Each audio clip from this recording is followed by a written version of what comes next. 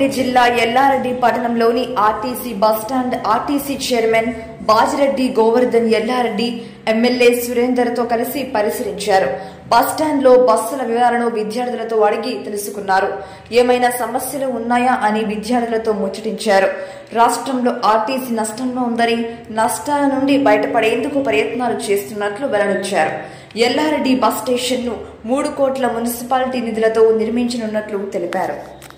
మనము ఆర్టీసీ ద్వారా చేద్దామంటే కూడా డబ్బులు లేవు కాబట్టి గౌరవ ముఖ్యమంత్రి గారు మా ఎమ్మెల్యే గారు సురేందర్ గారు రిక్వెస్ట్ చేయగా ఎల్లారెడ్డిలో 21 కోట్లు ఎస్డీఎఫ్లో ఇచ్చిన తర్వాత దాని నుంచి 3 కోట్ల రూపాయలు మరీ శిథిలావస్థలో ఉన్నటువంటి ఎల్లారెడ్డి బస్ స్టేషన్కి 2 కోట్లు కేటాయించడం వల్ల దీన్ని మొత్తం తీసేసి మొత్తం బస్ స్టేషన్ కూడా ఏర్పాటు చేసే ప్రయత్నం చేద్దాం.